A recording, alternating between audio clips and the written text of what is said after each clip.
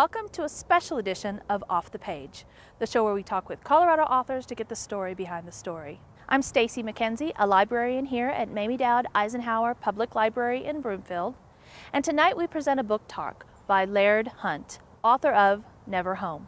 The story takes place during the Civil War, where Constance Thompson changes not just her name, but her entire identity. At the urgence of her husband, she dons the persona of a male soldier and fights her way through many different kinds of battles. Along the way, she becomes a heroine and a reluctant folk legend. I hope you enjoy this book discussion by Laird Hunt, author of Never Home.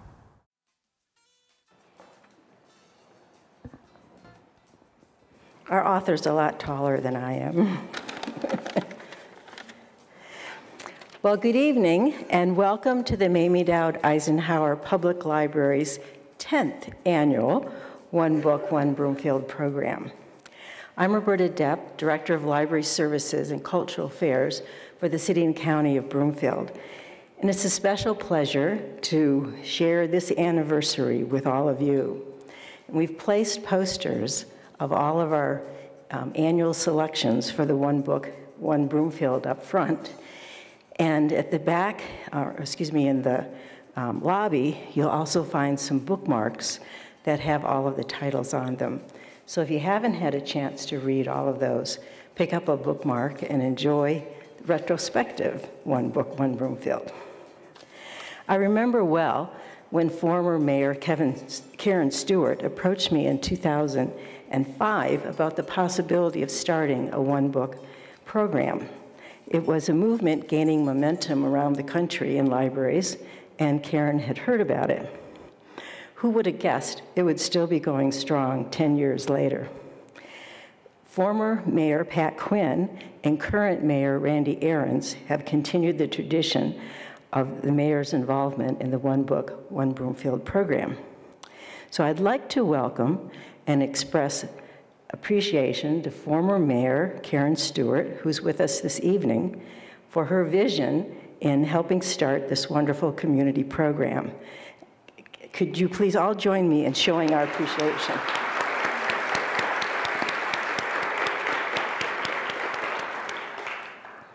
The planning and the presentation of the One Book program involves the contributions of many people and organizations over the course of a year. So I'd like to take a few moments to acknowledge some of the people and the groups that have helped us make this program possible.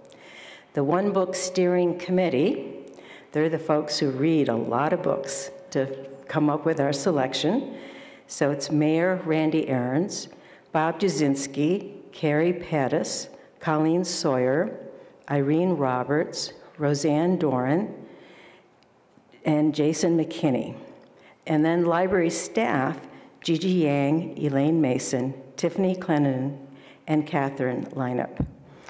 We also have assistance in putting the program together from the Broomfield Public Library Friends Foundation, the Broomfield Enterprise, Coyote Ridge Books, KCCB Channel 8, who is taping the talk this evening, and they've taped all of our others. So there are programs available that you can check out in the library, and you can hear all of our past authors. The Cultural Affairs Division and Audie staff, Chris is helping us tonight, City and County of Broomfield, our volunteer ushers, and our sign language interpreter.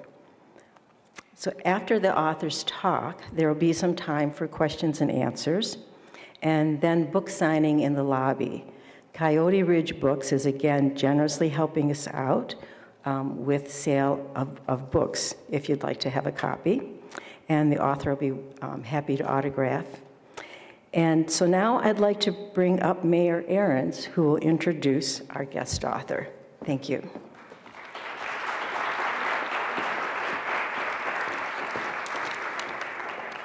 Good evening, everybody.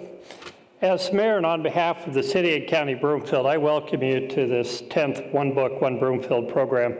The 2015 selection by Laird Hunt is a novel set in the American Civil War featuring a young woman who disguises herself as a man and enlists, leaving her husband back to tend the family farm.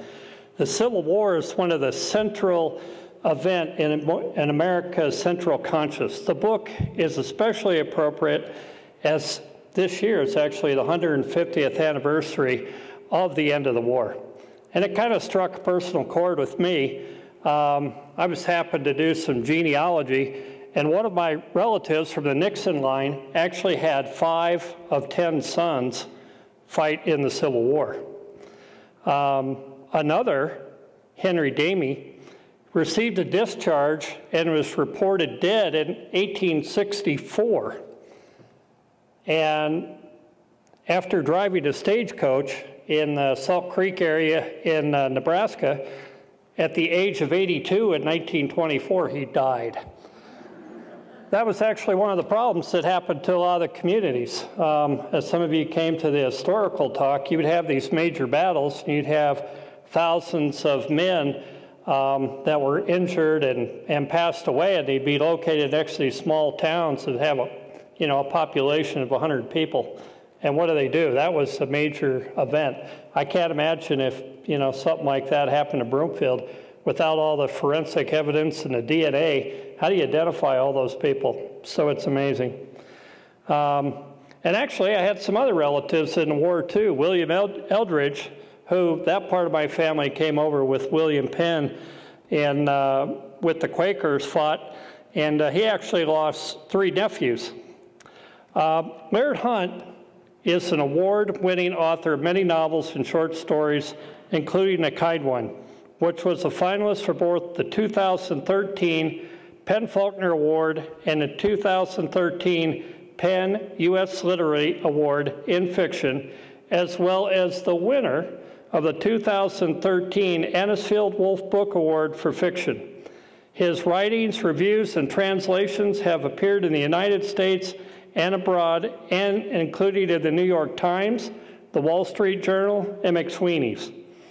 Laird is currently on the faculty of the University of Denver's Creative Writing Program, and he also edits for the Denver Quarterly and has been for the last 5 years. He and his wife live in Boulder with their daughter. Had the pleasure last night of dining with Mr. Laird, and he told me about a football injury that he had. He was being recruited by a lot of major colleges, and it changed direction in his life. And fortunately, that direction was for him to become an author and allow us to read his books. And I look forward to, well, my wife and I, especially my wife, who's a voracious reader, she tends to read authors. She never reads just one. If she likes them, she has to go out and read all their books. And I have a feeling we're going to read all of Laird books. Without further ado, Laird.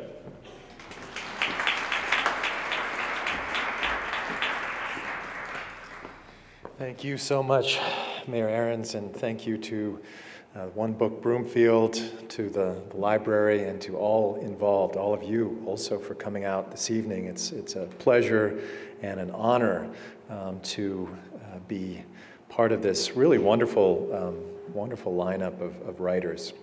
These one-book programs are really important. They're community building and inspiring in so many ways, and bring so many people to the table to discuss things that perhaps they didn't know they were even interested in. And so it's just such a pleasure to be here with you. I was thinking, as the mayor was talking about his relatives in the Civil War, and then remembering that there was a genealogy component to the events leading up to this evening. My aunt, Linda Wickens, is a genealogist, and I rely heavily on her when I have been doing these historical novels. I've been working on them for a little while with the previous novel, Kind One, and then the current one, and then my next projects. And so I've gone to my aunt many times, and she's full of amazing family lore. And so the anecdotes about the Civil War, I won't share too many of them, but for those of you who have read the book, you may recognize this one. I had an ancestor whose name was Thomas Goatley Laird. He was a junior cavalry officer for the Kentucky Volunteers, and he went to war with a horse Don't know the name of the horse, but he rode that same horse back 4 years later. And for those of you who know something about the Civil War, you know that it wasn't very kind to animals. I thought that that was a pretty good anecdote, but my aunt said there was more.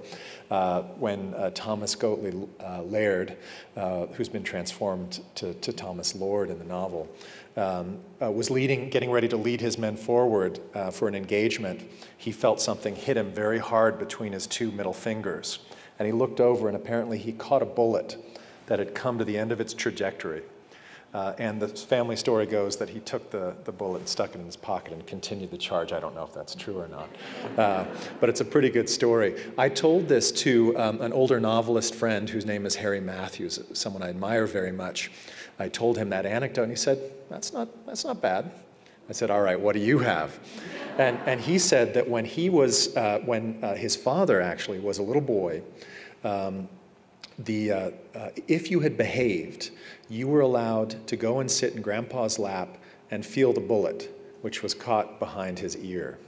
So apparently his grandfather, his father's grandfather, who had fought during the Civil War, took a bullet between his eyebrows, also at the end of its trajectory, and it went skidding along underneath the skin and lodged behind his ear, and it was never taken out, and he was buried with it. And I thought, okay, you beat me, Harry. That's a better story. But you know, what I did was build them both into the novel. So if you've read the novel, you will see fictionalized versions of both of those anecdotes. It really is the case that this was a novel that was born out of research and encounters, intimate, exciting encounters with the past. And my own journey with these fascinating women who actually did this during the Civil War. There were hundreds of them. Scholars put the number at somewhere around 500, perhaps 600 now. And new women who did this are being discovered all the time. About 15 years ago, my wife gave me a copy of a book that I'm going to read you a brief excerpt from to start things out, called An Uncommon Soldier. She discovered this at the Strand bookstore. We were living in New York City, and she brought this home to me and said, I think you might be interested in this. And it was very true. And these were the letters of a woman whose name was Sarah Rosetta Wakeman, who went to war and fought under the name Lyons Wakeman.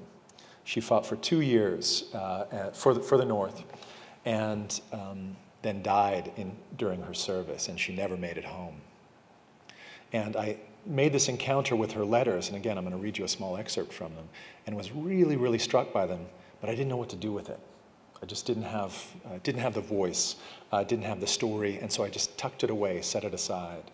And when the mayor referred to the 150th anniversary of the Civil War, which started in 1861 and of course ended in 1865, when the 150th anniversary period was getting ready to start, there was an article in the New York Times by the scholar and writer Tony Horowitz, who wrote Confederates in the Attic, which I bet some of you know, about the ongoing legacy of the Civil War and sometimes the unusual directions it has taken, and the way it continues to preoccupy so many of us. But at the end of this article, really in passing, I'm just going to paraphrase what he said. He wrote, so much about the Civil War remains myth-encrusted or yet to be discovered. And that really struck a bell rang in my head, and I remembered at that moment these amazing women, and this particular woman, Sarah Wakeman, and I dug out the copy of this book and looked at it again and started to scheme and dream about my own character, Ash Thompson, who is inspired by Sarah Wakeman and so many of the other women who fought during the war, but isn't based on her or any one of them in particular. I just want to make that clear. But here's a little taste of Sarah Wakeman's voice, and then in a moment I'll read you a little bit from the novel. But I think maybe you'll hear some echoes, but also some differences. This was written July the 27th, 1863, and Wakeman was in Washington, D.C. at the time. Dear Mother, I take my time to write to you and let you know that I am well, and I hope these lines will find you the same. I have wrote several letters to you all since I have had any letters from home. Our regiment has left Alexandria, Virginia, and gone to Washington. Our regiment is in barrack. We have got good quarters. Our regiment is next to regulars. Colonel Edwin Davis is so strict with the men that we don't like to stay here. We had druther go to the front. Our regiment has got a good brass band to play for us when we mount guard. I am in hopes that this war will soon be over so that I can come home to you once more in this world. Write soon as you get this letter and let me know if you have sent Robert likeness or not and where it was direct. I send you $1 in this to you to buy snuff with. I use a good deal of tobacco. I have what money I ought to use and send some home to you, but I spend some money here more than I would if I was at home. I have sent $60 in money home, but there was $5 that you never got. I have sent $55 that you have got, and if I live, I will send all the money I can spare. So goodbye for this time. So you can see that I think as much of you and the rest of the family as I ever did, and if I ever live to come home, I will do as much for you as I ever did. Write soon as you get this letter, and let me know all about what is going on there. And she signs it Rosetta Wakeman. And so you get a little sense of, she had not received much education. She wrote as best she could, as so many of these young soldiers did, as I discovered when I started really researching and spending time with collections of letters by ordinary soldiers and memoirs and intimate journals. They were often really, they were writing with a kind of rough but very evocative English. And I found it so inspiring, as I did the stories of other women who went to war and fought, including, and I always have to bring her up because the name is so amazing, and also just to evoke the women who fought out of the South, because they did it on both sides of the conflict. But this young woman's name was Elverina Peppercorn. And she went to war and she fought out of Tennessee. And it's even better than that, because she went with her twin brother, whose name was Alexander the Great Peppercorn. He went by Lexi, apparently, which simplified things. That would be quite a handful, wouldn't it, all the time. But she went with Lexi. Lexi was wounded in the first engagement, and Elverina took off her uniform, put her dress back on, and went to the hospital with Lexi, helped nurse him back to health, and they vanished from the history books, both of them. But so evocative, so tantalizing, these fragments, these bits and pieces of story. There was Fannie Wilson from the North, who spent a couple of years fighting for an infantry, with an infantry regiment, and was discovered and kicked out of the service.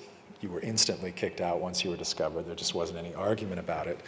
And she went and danced as a ballerina for about 6 months in Cairo, Illinois, at the military encampment there. She got tired of that, realized dancing wasn't for her, and re-enlisted in the cavalry and fought for a while longer. There was a woman who was discovered 6 times, and each time she just went down the road and joined another regiment. You couldn't Google things. That there weren't databases, and if you were determined, as so many of these women were, this is part of what I discovered during my researches, you fought. You really did it. So not only did you risk bullet wound, not only did you risk cannonball, disease, your own mortality, and the dreariness of military life. So much of it was sitting in camp, waiting and waiting and waiting, and then maybe all of a sudden going out to face the bullets. These women had to face the real legitimate fear of being discovered. And that was really fascinating to me as I thought about how I would shape this story. Would this be another Civil War story that gave encyclopedic information about the number of soldiers that fought in this engagement and what a general chose to wear on this particular day in this particular battle? The kind of really very interesting, often, details that many accounts of the Civil War give to us. Or would this be something that was more intimate, more personal, more enclosed as a story? The field of vision, would it be more restricted? And the more I wrote, the more I realized it was going to be the latter. She talks about her immediate circumstances during her experience of conflict and what happens after she leaves service. And so I thought maybe what I'd do is give you just a little bit of a taste of the book for those of you who haven't read it. I know some of you have. And then we'll see if perhaps there are some questions. We can have a conversation. There are many more things to say about how this got written, but maybe now it's time to hear just a little bit of the actual book. And one thing I will say before I start was, as soon as the first line of the novel, which I'll read to you, came to me, the rest of the book came in a rush. So it was about, it was quite a long period of time before that first encounter with Sarah Wakeman's letters and the gestation and the thinking. And then there was the first line, and 6 weeks later, the draft of the novel was done. Now, there was a lot of work to do after the first draft of the novel, but the beginning, middle, and end were in place. So it was very much about finding this voice, and you can see what you think of it. I was strong, and he was not. So it was me went to war to defend the Republic. I stepped across the border out of Indiana into Ohio. $20, 2 salt pork sandwiches, and I took jerky, biscuits, 6 old apples, fresh underthings, and a blanket too. There was a heat in the air, so I walked in my shirt sleeves with my hat pulled low. I wasn't the only one looking to enlist, and by we had ourselves a band. Farm folk cheered as we went by, gave us food, their best shade to stop in, played to us on their fiddles. Everything you've heard about from the early days, even though it had already been a year since Fort Sumter, and there had already been the first Bull Run, and Shiloh had stole off its souls, and the early days were done and dead and gone. The 10th or 11th night on the road, we drank whiskey and hollered under the stars. There was a running race, knife-throwing, cracker-swallowing contest, feats of strength. One of the boys tried to arm wrestle me and got the back of his hand scraped when I smacked it down. None of the others took a turn. There was an old lady outside Kettering, fetched me up a drink of water from her well, took a long look at me as she handed it to me, and told me I needed to watch my step. No one else outside that lady saw what I was. I slept just exactly like a pine plank on that walk. I sent Bartholomew my first letter from Dayton. I sent him about the same one from Cincinnati. I wrote that I missed him fierce. I wrote that I was fierce happy, too. I gave my name as Ash Thompson down out of Dark County. Where in Dark County? They asked me. And I told them, even though I could see straight off they weren't listening, that where was in the northwest corner of that fine county on my daddy's farm. After they had cracked on my teeth and whistled at my thick fingers and had me scrape my thumb calluses across the wood tabletop, they gave me my blues. A week later, when they saw I didn't mind work and hadn't run off, they handed me my firearm. It was a model 1861 muzzle-loading Springfield rifle with flip-up sights and percussion lock, and they said you could use it to kill a man a quarter mile away. That was something to think about. How you could rifle a man down was looking at you and you at him, but never see his face. I hadn't figured it that way when I'd thought on it back home. I had figured it would be fine, big faces firing back and forth at each other, not threads of color off at the horizon. A dance of men and not just their musket balls. There was another fellow, little bitty thing, made me look tall, said something not too far off these lines aloud as we stood there staring at our Springfields. "Don't you worry, sweetheart," said to him the officer who was handing out the hardware. "You'll get so close to those rebel boys, you won't know whether to kiss or kill."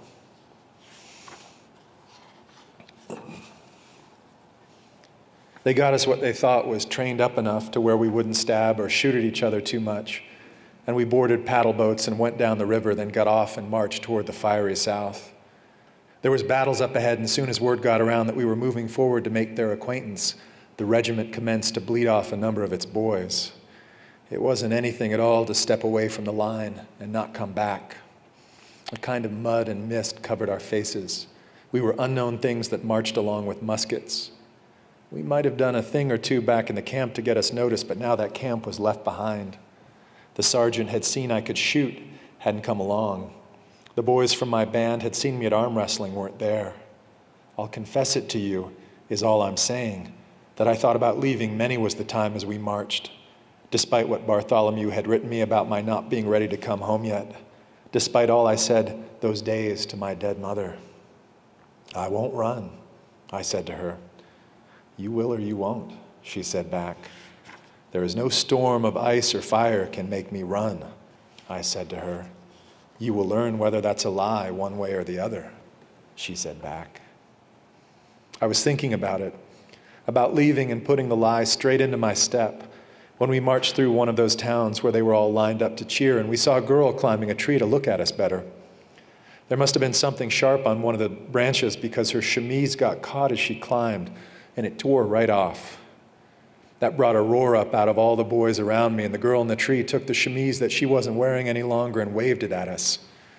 You could see that she was sorry, even as she waved her torn garment, that she was all of her bouncing in the breeze. And before I knew what I had done, I was up the tree like it was a ladder and had taken off my jacket and wrapped it around her. I wrapped it around her, pulled it snug. There you go, miss, I said. I said this and gave a kind of bow, even up there in the tree, and she looked at me. Then she looked at me harder. And she saw what I was and gave a start, turned her eyes from blue to green. But then another happy roar came up. This one for what I had done from the boys below, and I got down the tree and back into the line. I saw her wearing my jacket, still looking at me and pointing. But before I'd taken 5 or 10 more breaths, the company had moved on, and we had left that girl behind. That evening, I stood before our colonel, and after he had given me a week of midnight picket duty for handing away my military issue, before I'd even had a chance to get shot at in it, he complimented me on my tree climbing talents and on my gallantry. He said he hadn't known they made farm boys that were acquainted with the fancy arts. He said that the world never ceased to offer him up surprises, that the world was nothing but surprises from one long end of it to the other. What surprises you, Private Thompson out of Dark County? He asked me. Sir, I said. I asked you what in this wide world of war and its thunders surprises you. I had my answer come to me quick, but still I thought a long minute or two before giving it. Everything, sir. The colonel had the habit of twisting at his mustaches. He twisted first on one side, then on the other. Then he nodded. He looked at my face a while, and I could tell he was seeing a tree and a jacket and some pretty young woman that wasn't me. There was good sport on my account that evening at the fires. A boy with some skill at the guitar, an instrument I'd never seen played out of doors, had already worked the episode into a tune.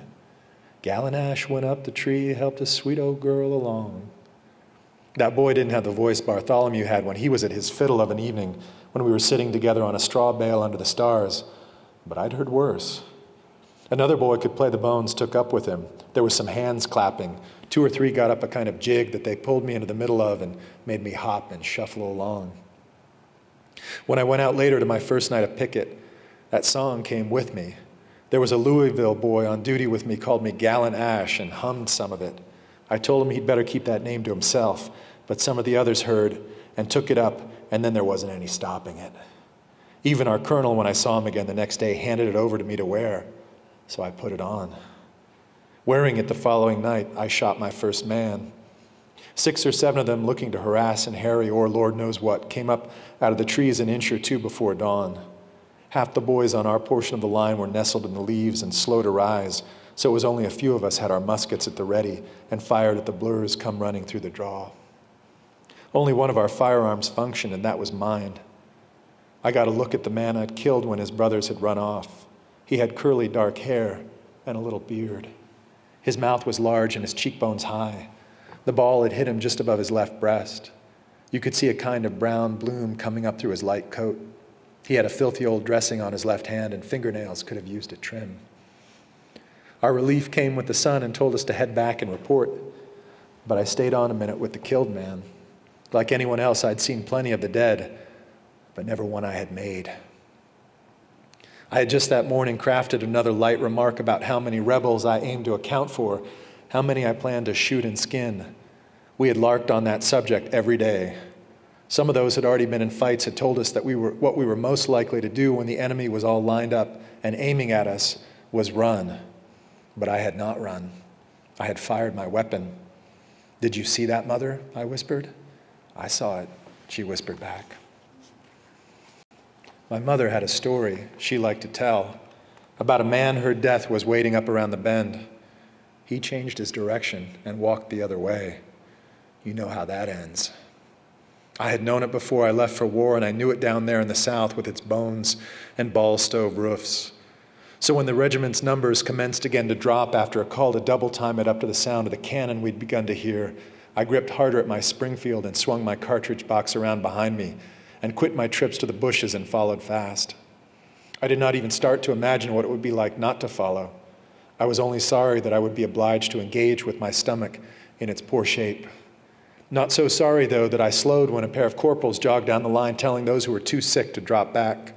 Nor did I, nor any of those around me, I'm proud to say, slow down when the cannon fire grew so hot it seemed like the injury was already being done to us before we had fairly arrived, and that we were already part of the world's everlasting grief and glory. And we could see the trees crashing down, destroyed in the heights, and hear the sound from all quarters of hurt men letting the air out of their throats. We started to see gray off at a distance, just little speckles of it, but everywhere. And they had us take off our knapsacks, and anything else wouldn't help in the fight. I didn't have time to be sorry to see Bartholomew's likeness and all my letters from him go. I just untangled the sack like all those around me were doing and let it drop. We all but ran then. There was a company of ours having hell's time and needed our help at holding the flank. I had stood at the picket and fired off my rifle at a man, as I've already said, but there's a first time for battles, too. Some good number of us fell as we made the last effort, and the air filled itself up with smoke. It seemed like we would never get to where we were going, and then we were there. We had come to a field as long and wide as you like, with us on one side and them on the other. It was their boys in their soldier hats and us in ours. If we'd been wearing the same colors, you could have thought it was a mirror, like the central job of it was we were fixing to fire at ourselves. Like the other half of it, the mirror was fixing to fire straight back. I got this idea I gripped hard onto, that there had to be skirmishers go out first, that we would each send out a wave at each other, that it wasn't yet time for the rest of us to fight. Our colonel came riding up behind us about then and put that idea right out of my head.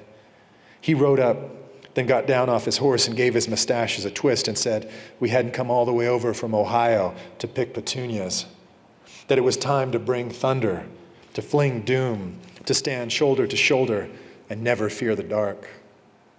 While he made this speech, the grays kept creeping forward, and we did too.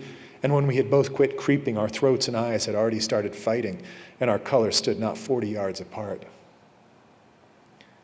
There had been a sutler in camp just the day before, had tried to sell off a set of iron armor, could keep out, he had said, any bullet built by man and see you home to your loved ones, but he had been laughed down. I got a picture of that armor in my head, though, when the gray volleys commenced, and the boy next to me caught his ravishing and fell away just as we were lifting our guns.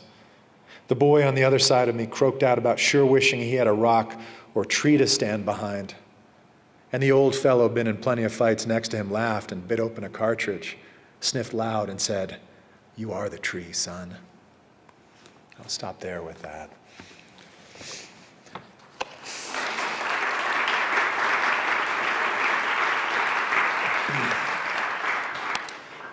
Just a couple things came to mind when I was reading it, and one of them was the interesting fact I uncovered when I was reading the very interesting Civil War memoir of Loretta Velasquez, who was daughter of Cuban immigrants and who enlisted to fight in the war after her husband was killed, and she went to war at the head of a company of men as Harry Buford.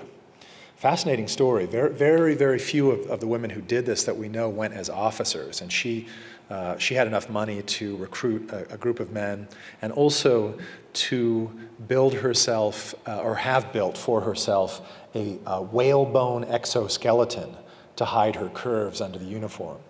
And you know, most of the women, if that was an issue, would do things like wrap a blanket around their waist to thicken their waist, and so on. But she had an exoskeleton built. And I love the idea that it's a kind of inverted corset, right? So instead of compressing, it's expanding the shape. So a nice little detail that you can read about in that book. She also had mustaches made, a whole set of them. And as a matter of fact, she talks about the first time she wore her mustaches and went out as Harry Buford. She and some of her men were invited to have dinner by a family that had these young women who found that she went pretty easy on the eye with her mustaches and her uniform, and she was mortified because she wasn't used to it at all, having these people look at her. And especially because one of the things she talks about in the book is that when it was one thing, you know, to go along with men, you could be with them for weeks, for months, and they'd never think anything was strange. Once you'd learned how to stand, hold yourself, you could put a pipe in your mouth and speak vulgarities, etc. That wasn't an issue.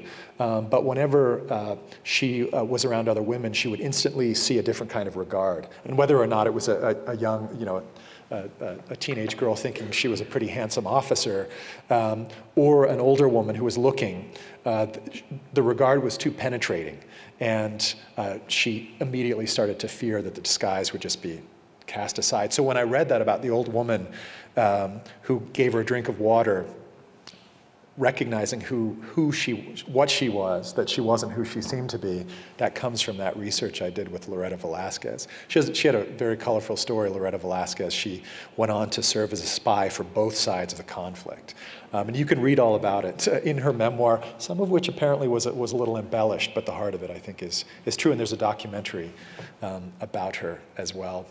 And then the, you know, not to demystify things too much, but the anecdote about the climbing the tree to cover up the woman who has had her shirt torn off in her excitement comes from a really lovely collection of letters by a soldier whose name was Frank Ross McGregor, who sent these letters home to his sweetheart, his fiancée. It was called Dearest Susie is the name of the little collection of letters collected many years after the war by, I think, by his son. Dearest Susie. And one of the things he recounts is being in a column of men going through a town where the people have turned out to cheer the gallant soldiers. And it wasn't him who saw this and did this, but a woman had her shirt torn, and a soldier climbed up and gallantly put his coat around the woman. And I thought, wow, wouldn't that be interesting if the person who was doing this gallant act was in fact herself a woman and was extra sensitive to what was happening and the exposure. And in a way, in covering up this other woman, it's as if she was covering herself up, or this desire to keep covered and not be exposed for who she was. Anyway, so just those things as you're reading, you recognize the understory and the little bits and pieces of history that get built into the fiction that's created. But I would love to see if there are any questions. I say see if there are any questions. I can't really see many of you because of the lights. But if there are any questions, for those of you who have read it or not, I would love to try and answer them.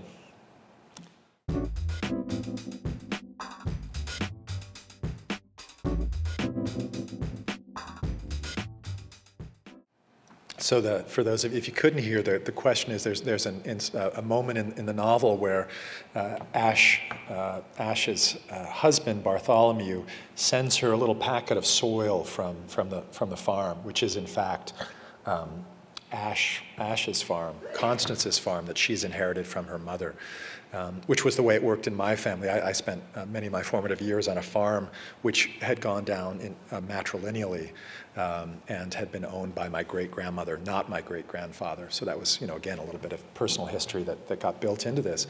But so this idea of sending this gift of soil, but for me at that moment, I think Bartholomew receiving these letters, most of which we don't actually see in the novel, but the idea is that they are sounding more and more extreme. She's really being pushed to an edge.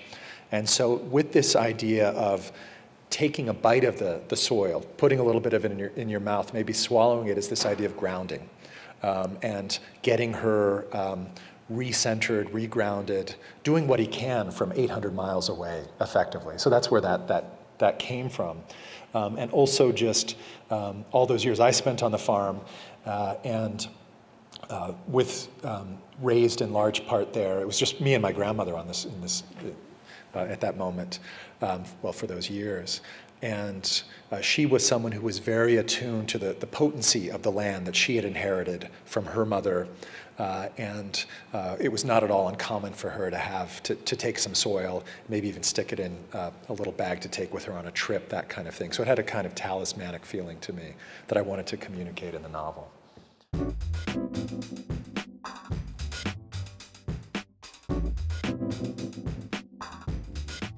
Yeah, it was an absolute miracle.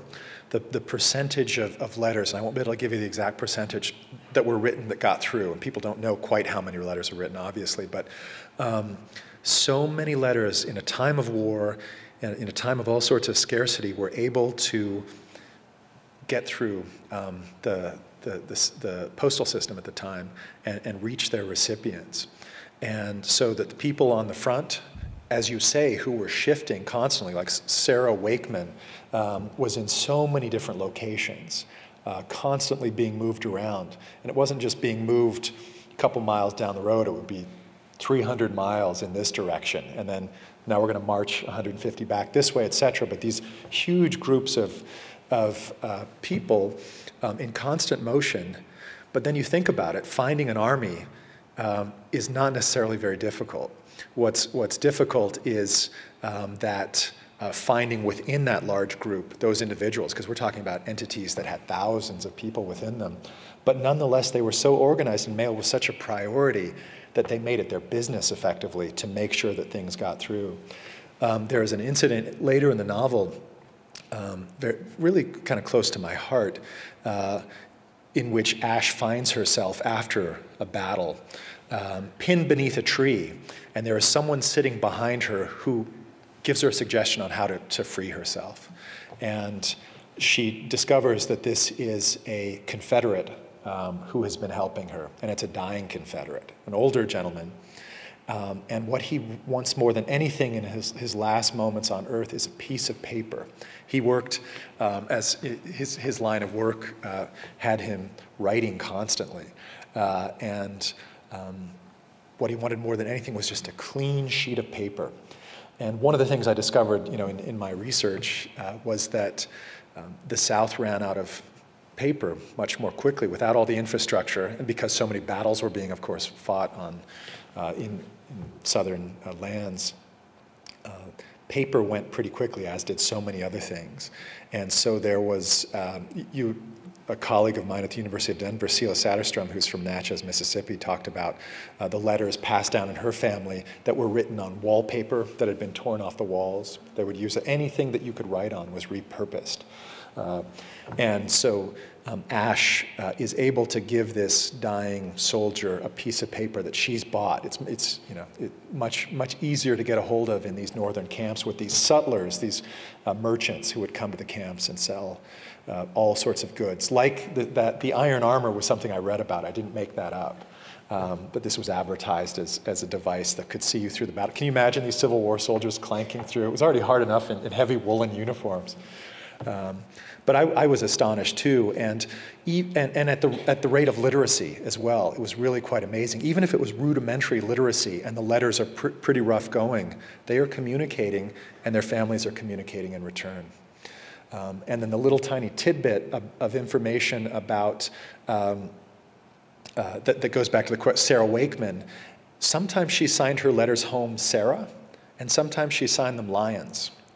And that's very revealing about the questions of censorship. People were not reading these letters because if someone had seen that sometimes she's Sarah, it's going out from a soldier, right away there would have been a banging on her tent.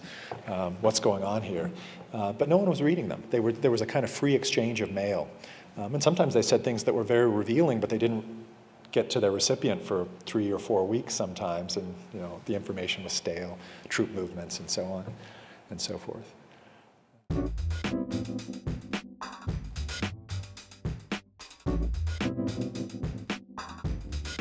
Nothing from Mr. Spielberg, but there is a movie that is in the works, and so it is the film company that has what's the option on the book is Element Pictures. And interesting, you mentioned Masterpiece Theater because Element Pictures is an Anglo-Irish film company.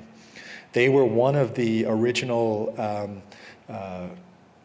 companies behind 12 Years a Slave, a movie I think some of you will have had some experience with, have done many projects. And the director's name is Lenny Abramson. So there's already a director. In fact, he was instrumental in acquiring the novel. He has a movie that's just about to hit theaters. It's already received a lot of attention, based on the novel by Emma Donoghue called Room, which some of you will have read. A very dark, very enclosed story. So I love the idea of Room takes at least half the movie is set in a 10 by 10 room. So shifting that to the scale of the Civil War, it's not impossible that it might evolve into a series, but right now the idea is a feature movie. Yeah, I'm pretty excited about it. You never know that I'm knocking on the podium here, because who knows?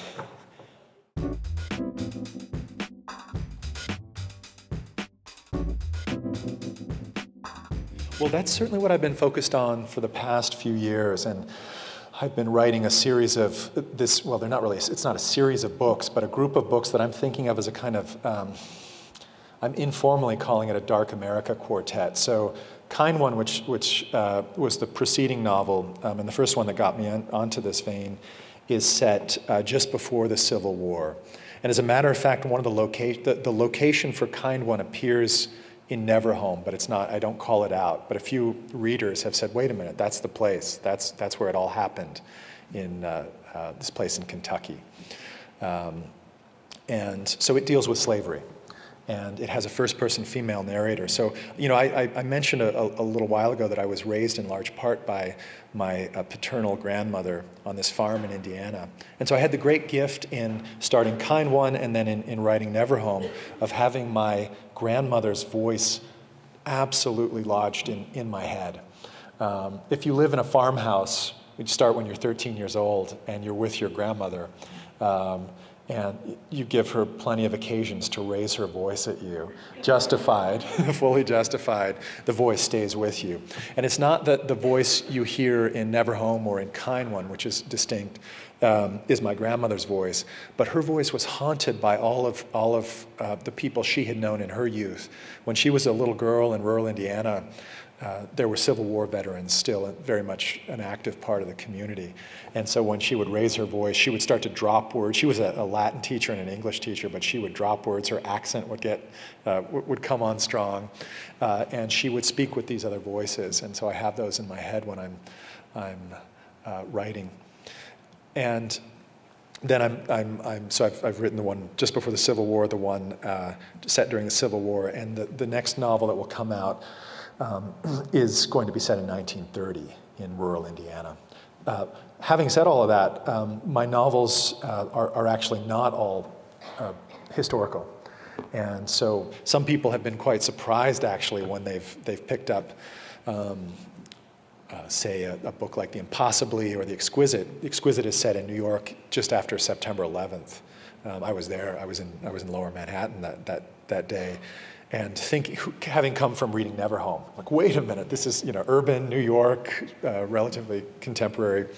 For me, it has always been about, it hasn't been my saying, you know what, I think I'm going to write about the 19th century. A voice comes to me, a character comes to me, an image comes to me. In the case of The Exquisite, set in Manhattan in the days after September 11th, it was a painting, Rembrandt's Anatomy Lesson. And being very interested, for those of you who can visualize it, it's a painting of a dissection painted by Rembrandt, which were public events at the time. They were very unusual, and they're a group of the nobles, the noblemen of the city, who are grouped around this body that is being dissected, and no one is looking at the body. Everyone's looking at a chart, something that the presiding doctor is pointing out, and they're all looking over him, and he's just sort of cast in shadow. And I said, who was that person? And so did some investigation, and he was an actual person named R.S. Kint. Anyway, so my novels always come out of something like this Sarah Wakeman, that voice kicking around in my head. Not the voice I wanted to use, but what an amazing story. And so I've been going back to my roots as a history student at Indiana University. I have a BA in history, which I'm finally starting to use, get some use out of.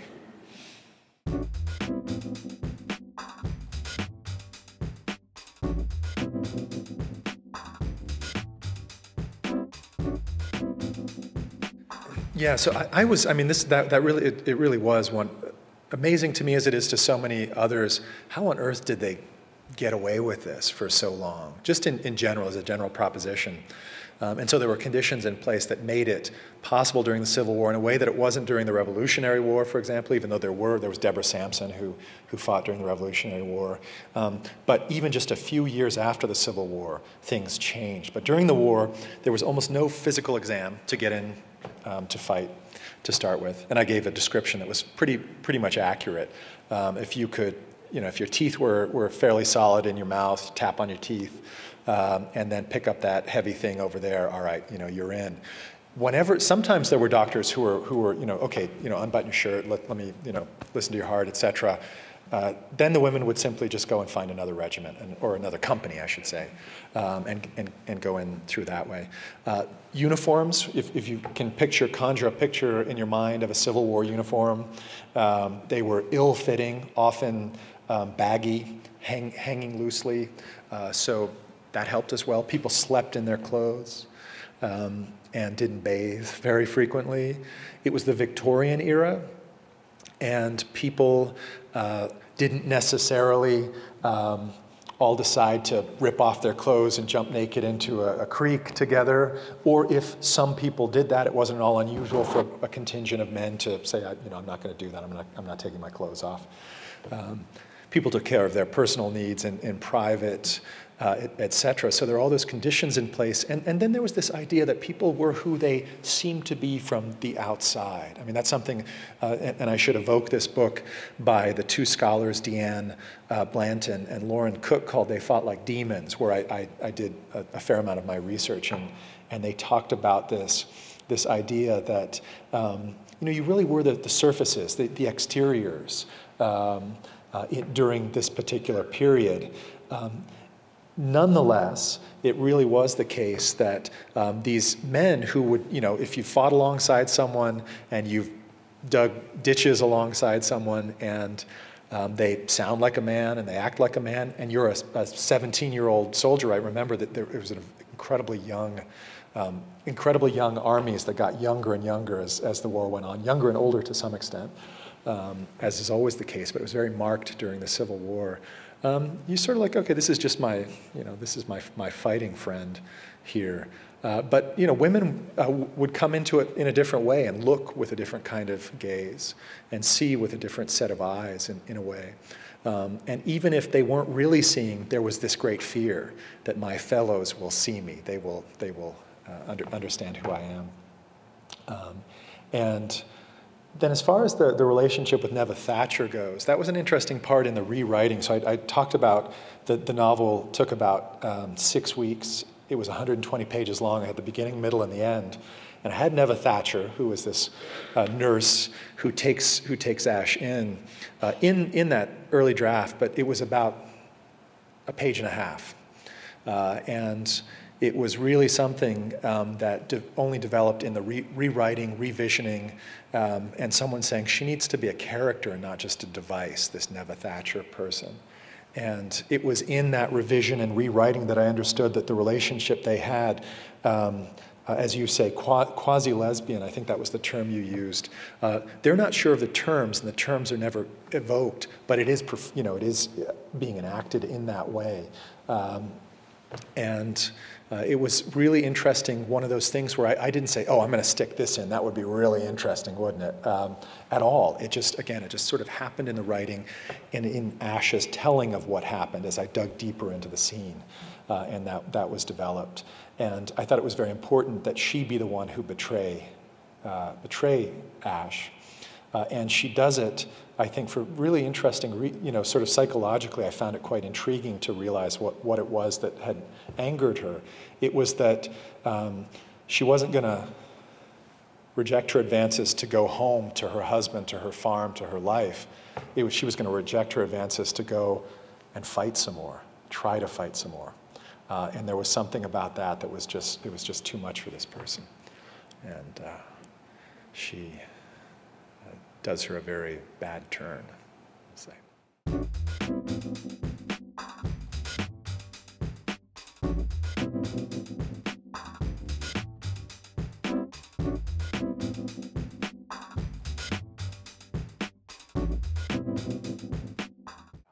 Yeah, I really wanted that for her too. I really did, and to be very honest with you, let you sort of see behind the scenes a little, she got to in the first draft. She went home, and even if, you know, I don't think that there was mention of children, but Bartholomew was very much still a part of her life, and she's writing her memoirs in a sense. But what I kept coming back to was, why is she telling this at all? What is her motivation for telling this story? It very clearly wasn't that I did this really unusual thing when I was, you know, that wouldn't be bad, a basis for a story. I disguised myself as a man and went to war and fought and survived, etc. But I thought, you know, she's laconic. She has a very compressed way of thinking her thoughts and expressing herself. And she wouldn't go to all this length just to say, I did this unusual thing. She probably wouldn't say anything at all. And I realized that what she was doing only towards the end of the revision process was she was making a confession. That's what she was doing. And her motivation for telling this story at this kind of length was because she had something she had to say and was groping for the words to say it, groping for the way to say it. So that when she is able to make her confession in the very last few pages of the book, first a small confession about the fact that she did actually steal some things she said she hadn't stolen. And she says that, she says something else, and then she's able to make this larger confession, and then the book is over effectively. She's finally said the thing she needs to say about what she did when she got home from the war. And I know quite a number of you know what that thing is, but a lot don't, so I won't go into details about the specifics of that. But she does something, and she does it knowingly. I know some of you, there was some conversation, I think, I gleaned about whether or not she knows what it is she's doing at that very crucial moment. She does do it knowingly for various reasons. This is a person who's come back from war, a harrowing experience, being locked up in a mental health facility is a euphemistic way to put it. And she's suffering from what we would now call PTSD. They didn't have a word for that during the Civil War. They had something called soldier's heart, which was a way to refer to homesickness, and people actually died of soldier's heart, of this deep, deep homesickness. But as far as coming home from war and acting erratically, etc., they didn't have shell shock yet. That was a World War I term. It's only very recently that veterans have something that can refer to this series of symptoms.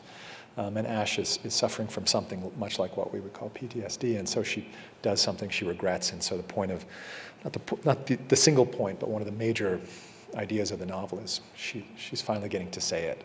Thank you so much for the conversation and for the time.